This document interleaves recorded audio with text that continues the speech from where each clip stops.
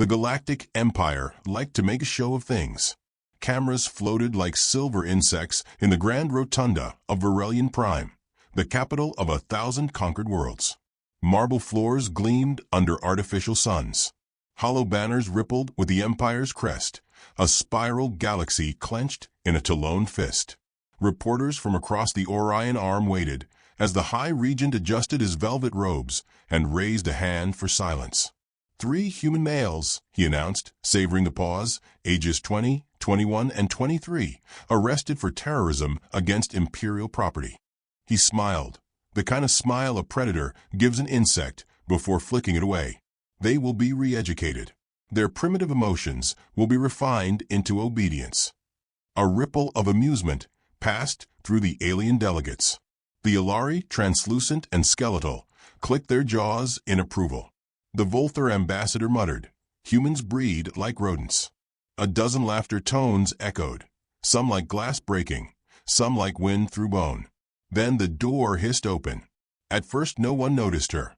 She was small by galactic standards, 5 feet, maybe, wrapped in a worn brown coat that looked scandalously terrestrial. Her hair, gray at the roots, was tied in a practical bun. She carried no weapon, only a dented thermos and a duffel bag marked with faded Terran letters. Snacks and consequences. A human attendant ran behind her, flustered. "Ma'am, you can't. This is an Imperial." The woman didn't raise her voice. "Sit, dear. I'll handle this." Security drones turned their lenses on her, scanning. No weapons detected. No implants. No armor. Just a woman, 50 years old. Heartbeat steady, eyes unreadable. The High Regent arched a ridged brow. "And who precisely are you?" She smiled the way grandmothers do when deciding whether to forgive a child or let them learn the hard way. "You took 3 boys from Earth," she said softly. "They're mine." The laughter that followed was the cruel kind, thin, metallic, certain of safety. The Regent leaned back. "Madam Human, the Empire does not entertain emotional appeals. Your spawn broke interstellar law." She nodded, sipping coffee from her thermos. "Oh, I'm sure. They probably talk back. Humans do that. We got it from the apes." The Volther chuckled. "You are no ape woman. Apes have honor." She blinked slowly. "Do they?" Silence spread like a stain. Something about her tone, it wasn't anger, but gravity, as if the air itself leaned closer. She set the thermos down. "Return them, and we'll call this a misunderstanding." The Regent's crest stiffened. "Or," she shrugged, "or I'll take them back myself." A chorus of sneers and scoffs erupted. One general, a reptilian brute named Zever, clicked his claws. "And how will you manage that, little mammal? You'll march in with a rolling pin."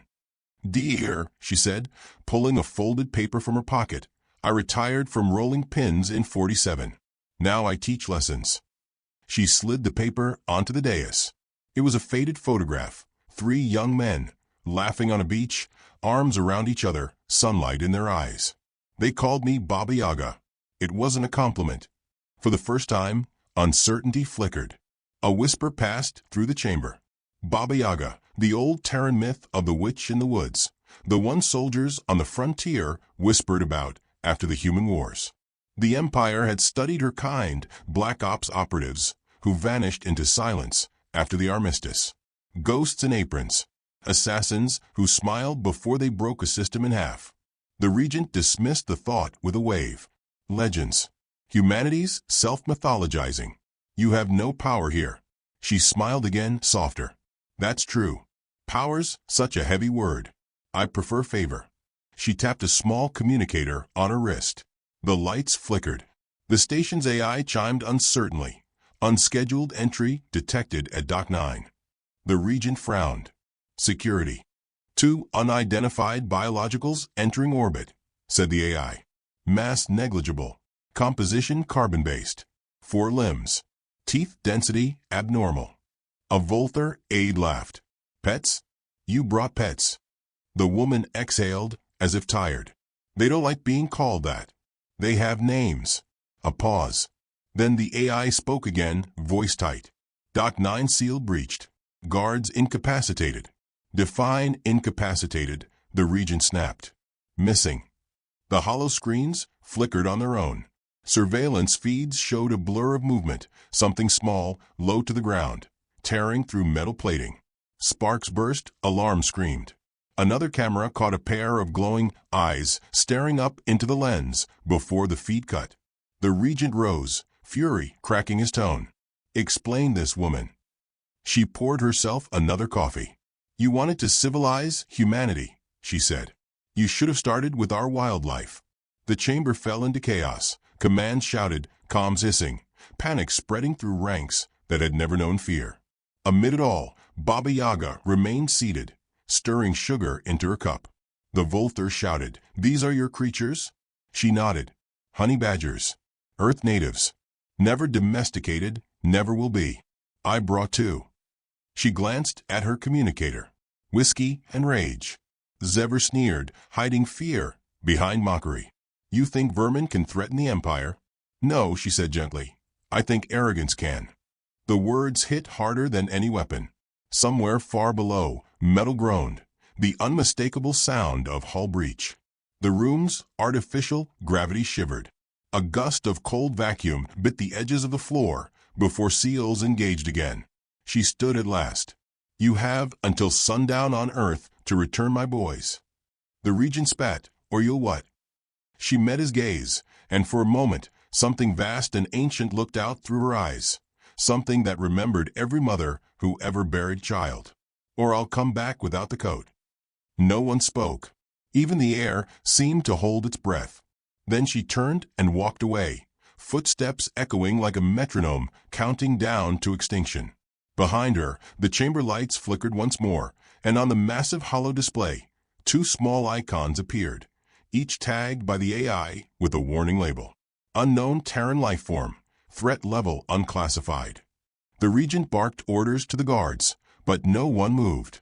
The floor trembled beneath their boots as a distant screech echoed through the ventilation shafts, metallic, wild, almost gleeful. One aide whispered, "What are they doing?" The AI answered in a flat tone, "Feeding."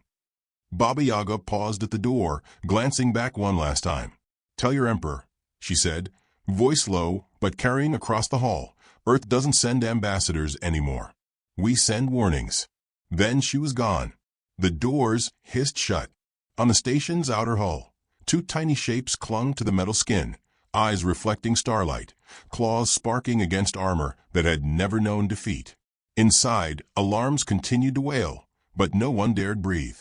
Far below, on a blue world they had mocked, a billion humans looked up at the same stars, and somewhere in the silence between heartbeats, the galaxy began to understand. Human mothers don't negotiate. The Empire just hadn't learned that lesson yet. Chaos has a sound, and on Verelian Prime it began like rain, light taps of claws across metal, faint hums of vent shafts trembling with motion. The first reports came from the hangar decks. Two maintenance officers missing, a patrol droid bisected cleanly in half, plasma conduits gnawed open. "It's sabotage," barked Commander Zever, pacing before the tactical screen. No single human could do this. But he was wrong about single. In Dock 9, the night shift custodian peered beneath the storage unit, flashlight trembling. Something small stared back. Two eyes, too bright, too knowing. A hiss, a blur, and then silence. The camera feed caught only his broom rolling slowly across the floor. Baba Yaga watched from her modest ship anchored beyond the orbit ring, a rusted Terran freighter refitted with antique weapons and a kitchen. Her face was calm, half-shadowed by the flickering light of a black-and-white film playing on an ancient projector. "Casablanca," she murmured. "Always like that one. War and bad coffee, it suits me." Her communicator beeped. A male voice crackled through static. "Motherbird, they're scared. Orders." "Stay quiet, my darlings," she said. "Let them think it's just wildlife. That's when they start making mistakes." The two honey badgers, Whiskey and Rage, were loose inside the Empire's most fortified station, and no one yet understood the scale of their mistake. Not just genetically enhanced muscle or fangs, but engineered cunning. Decades ago, humans had designed them for deep space salvage, creatures that could withstand radiation, cold, and terror. Then someone somewhere decided they made better assassins than miners. Now they worked for her. The Empire's command AI flickered across the hollow table. Species: Malivera capensis tyrannis. Estimated intellect: subsentient. Threat level: negligible. Negligible. Zever spat, staring at footage of one badger crawling out of a plasma fire unharmed. That thing just tore through 10 meters of reinforced hull. The AI paused, reassessing. Meanwhile, in the maintenance tunnels, Rage discovered food storage, crates of alien nutrient paste. She shredded them gleefully, rolling in the mess like a child with finger paint. Whiskey, ever the smaller and meaner one, located a patrol unit, clamped its leg in his jaws, and dragged it into the shadows. The patrol's last recorded sound was the word mercy. Baba Yaga poured another cup of coffee, adding too much sugar. Her reflection glowed faintly in the viewport, showing a woman who had seen wars come and go but never lost her steadiness. "They call us emotional," she said softly. "Funny, isn't it? They've never seen what happens when a human feels enough." The comms channel pinged again, an intercepted Imperial broadcast. The Regent's voice thin with irritation. "Find the intruder. Terminate her. Do not underestimate human cunning." She smiled. "Darling, I'm the reason they have a word for it." At that moment, on the surface below, Imperial engineers prepared containment drones. "Deploy bait," one ordered, setting out synthetic pheromone traps tuned for mammalian predators. But the traps lured more than scent. They transmitted a faint hum that triggered the badger's combat instincts. Whiskey lunged first, slamming into a drone with enough force to crumple steel. Rage followed, leaping from the ceiling vent with a growl that could curdle titanium. Cameras caught brief flashes. For slick with oil, jaws clamped on cables, glowing eyes darting through smoke. It was surgical carnage, fast and absurdly cheerful. When the first transmission reached the command center, alien officers stared in disbelief. "They're laughing," said one. "That's not laughter," murmured the AI. "That's purring." Above it all, Baba Yaga listened through their channels. Every scream, every panic order, every command collapsing into babble. Yet her expression never changed, just a woman sipping coffee, humming an old lullaby. "Sleep, my children, sleep while the monsters play." The Empire underestimated humor, too. She'd once said that humor was humanity's sharpest weapon. It disarms, confuses, and keeps your enemy talking long enough for the knife to sink in. Now she wielded it like steel. She sent the Regent a message wrapped in false cordiality. From Earth Representative, retired. Subject: Pet containment issue. "Dear sir, please refrain from shooting my animals. They bite harder when startled. Love, Mom." The message hit the interstellar networks and spread like wildfire. Soldiers snickered nervously, then stopped when the next feed showed a cruiser's power core mysteriously detonating. Baba Yaga's face flickered onto the emergency broadcast. "Return my sons," she said simply, "or I'll come collect tuition from your generals." Her tone was neither rage nor grief. It was worse. It was polite resolve. The Regent slammed his clawed hand on the table. "Find her. End this." But they couldn't. She was a ghost. Every time their scanners locked onto her vessel, she vanished into radiation fields or civilian traffic. Every trap they laid dissolved into chaos as her honey badgers dismantled their machines from within. Meanwhile, human chatter filled the Empire's black channels. Rumors spread. The old killer was back. Mercenary groups whispered her name like a prayer or a curse. Even neutral species, the Gore, the Tenarii, began locking down trade routes. Fear spreads faster than fleets. In the quiet between raids, Baba Yaga sat before a small hollow recording. 3 young men stood on a wooden dock back on Earth, holding up fish and laughing. "Hey, Ma," one said, "if you ever visit space, don't start a war, okay?" The recording ended with her own laughter. She watched it now, face trembling once, then settling into stillness. "Too late, boys," she whispered. Outside, explosions lit the void, a distant carrier tearing apart under its own defense grid. Another feed showed one of her badgers jumping onto an atmospheric re-entry pod, surfing it down through flame, claws dug in. The Empire called an emergency meeting. Admiral Sereth, a creature with scales like glass, hissed, "This is not vengeance. It's choreography." Indeed it was. Baba Yaga wasn't attacking at random. Each target corresponded to an Empire prison world. Each destruction a breadcrumb leading deeper into their command hierarchy. She was tracing the chain of orders that took her sons, unraveling it one ship, one scream at a time. Soon they found her message burned into the hull of an abandoned destroyer. "You took 3 boys. I'm taking back 3 systems." When the regent saw it, his tendrils quivered. "She's declaring war?" "No," murmured Zever, voice cracking. "She's delivering justice." Word reached the outer colonies. Human refugees began whispering, "Mama Yaga's coming." Some took up arms. Others simply watched the stars as if expecting salvation or damnation. Back on her freighter, Baba Yaga reloaded her sidearm, an antique slug thrower polished to mirror shine. She patted the empty seat beside her, where a small paw print was smeared in grease. "You two done playing?" From the vent above came a low chuff, like laughter muffled by fur. She smiled faintly. "Good. Mama's got work." Her ship's AI, reprogrammed from an old toaster interface, chirped cheerfully. "Coordinates for next hunt. 3 systems east," she said. "Prison moon of NAR Vex. That's where they kept my babies." As engines roared to life, she gazed once more at Earth hanging in the distant dark. "They think humans fear loss," she said. "But loss is what makes us gods." The ship slipped into warp, leaving only an echo of her voice across the Empire's comms network, a whisper that spread from planet to planet, fleet to fleet. "You wanted war lessons, my loves? Class is now in session." On the far side of the galaxy, an Imperial fleet intercepted the transmission. Its commander laughed nervously. "Empty threats. A single woman can't." His words cut off as his ship's navigation blinked out, replaced by a message flashing crimson. "Hello, sweetheart. Mama found you." And in the dead silence that followed, 2 small shapes crawled out of the air vents. The Empire's confidence began to crack not with explosions, but with silence. Communication relays that had hummed for centuries went dark in perfect sequence, like candles snuffed out by invisible hands. At first, they called it interference.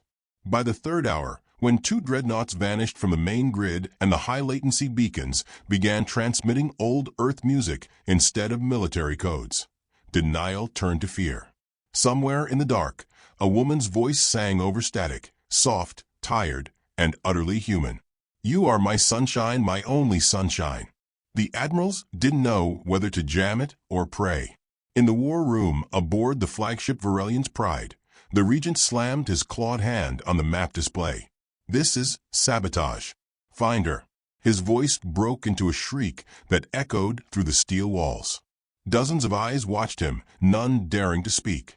The Empire was vast, but for the first time in millennia, it was frightened, because they weren't fighting a fleet. They were fighting something that didn't sleep, didn't fear, and smiled while tearing them apart. Across the galaxy, whole supply lines collapsed overnight. Freight carriers rerouted to empty coordinates. Training academies found their targeting software replaced with a simple text message, "Be nice to mothers." No one laughed anymore. On the edge of known space, Baba Yaga's freighter drifted quietly through a debris field of burnt-out starships. The interior was dimly lit, warm despite the metal bones surrounding her. She sat by a small projection of her sons, the recording flickering from static. 3 young men grinning in Earth sunlight, one tossing a football. "We'll make you proud, Ma," the eldest had said. The playback looped, and each time it ended she let the silence sit a little longer. Her voice was calm when she finally spoke. "They thought they could break us by taking what we love. They never learned what love makes us capable of." Whiskey and rage chuffed near the reactor core, restless but loyal. She knelt, scratching behind their ears. "You two did good. Now it's Mama's turn." Meanwhile, panic rippled through the Empire's networks. Admiral Zever, once smug, now sleepless, stood before a hollow map showing human activity across 50 systems. "It's not one woman," he whispered. "It's contagion. She started something." And she had. All over occupied space, human civilians, miners, cooks, janitors, had quietly joined what the Empire called the Orphan Circuit. They didn't fire guns or command fleets, they simply broke things. Fuel valves left open. AI governors miscalibrated. Messages lost between departments.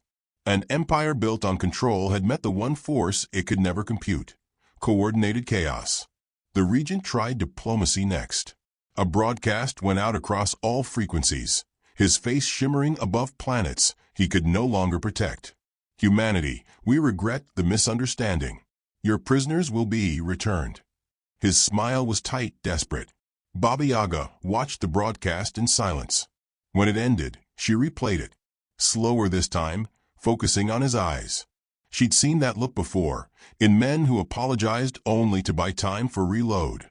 Liars, she whispered. Always thinking words are weapons. She turned to her navigation AI. Plot the next system. NAR Vex Prime. Warning, the AI chirped. High probability of ambush. Darling, she said, pouring coffee, ambushes work both ways.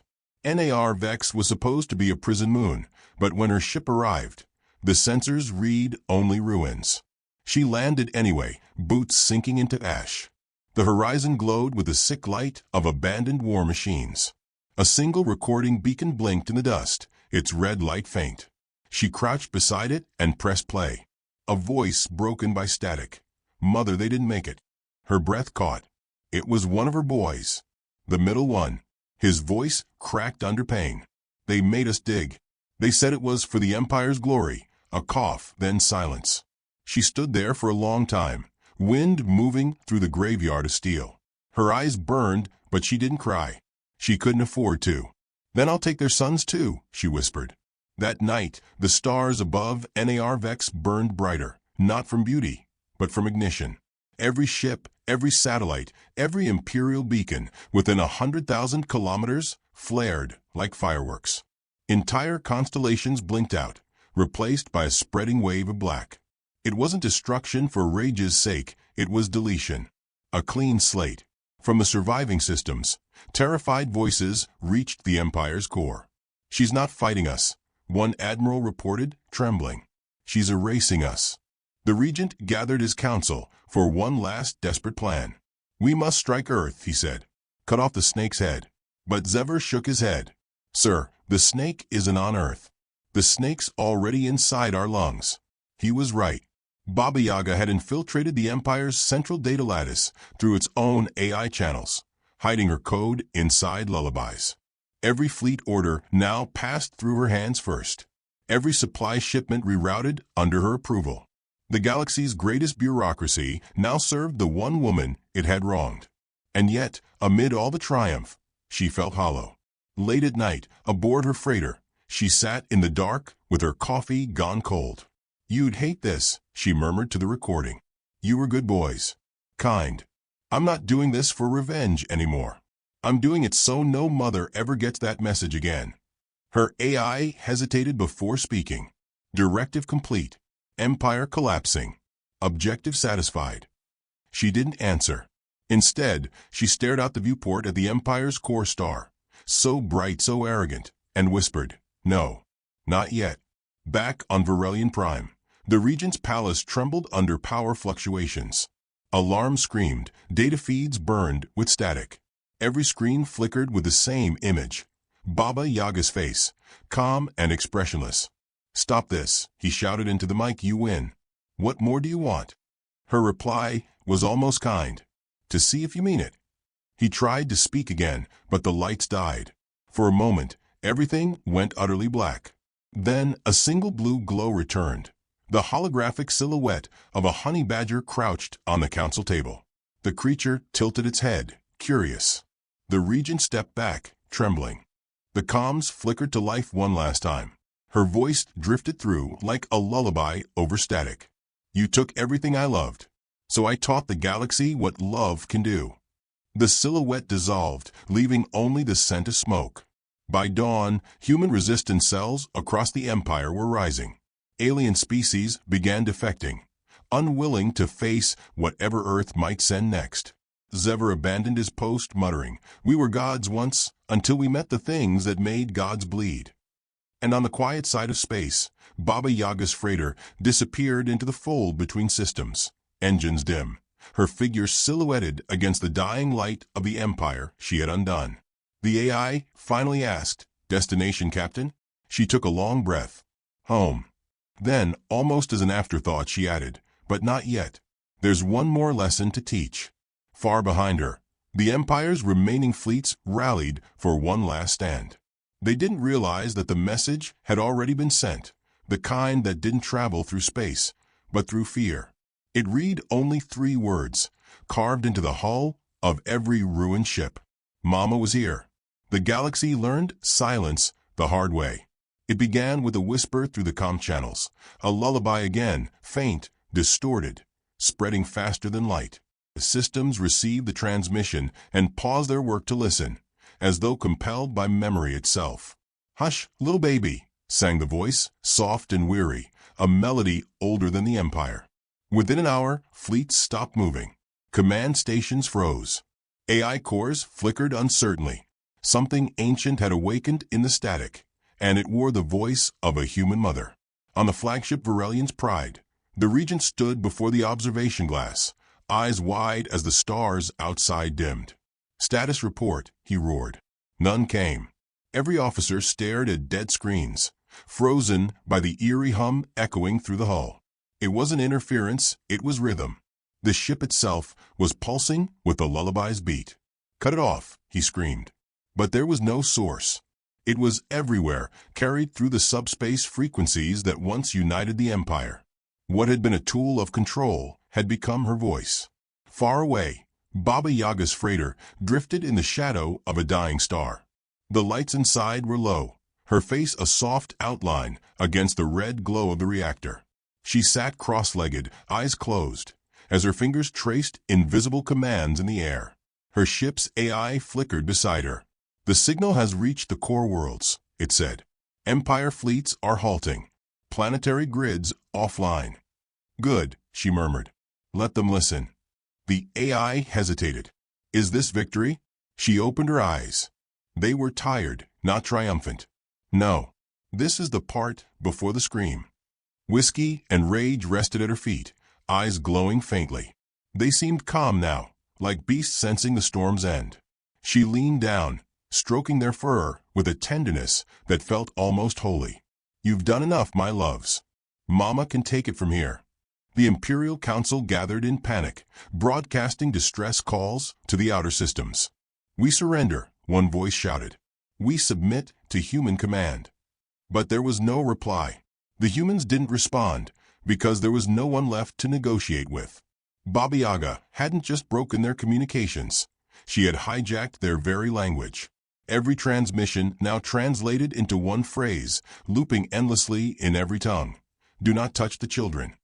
Ships began turning on each other. Without central command, fear metastasized into chaos. The Empire, once seamless, was devouring itself in confusion. Some fleets detonated preemptively, afraid of hidden traps. Others simply drifted into black space, waiting for orders that would never come. Baba Yaga watched it all unfold on the viewport. Galaxies flickering like dying candles, systems going dark one by one. "They built a civilization on obedience," she said softly. "They never understood that humans built ours on love and stubbornness." Her AI reported, "Incoming signal, encrypted human frequency. Source unknown." She tilted her head. "Play it."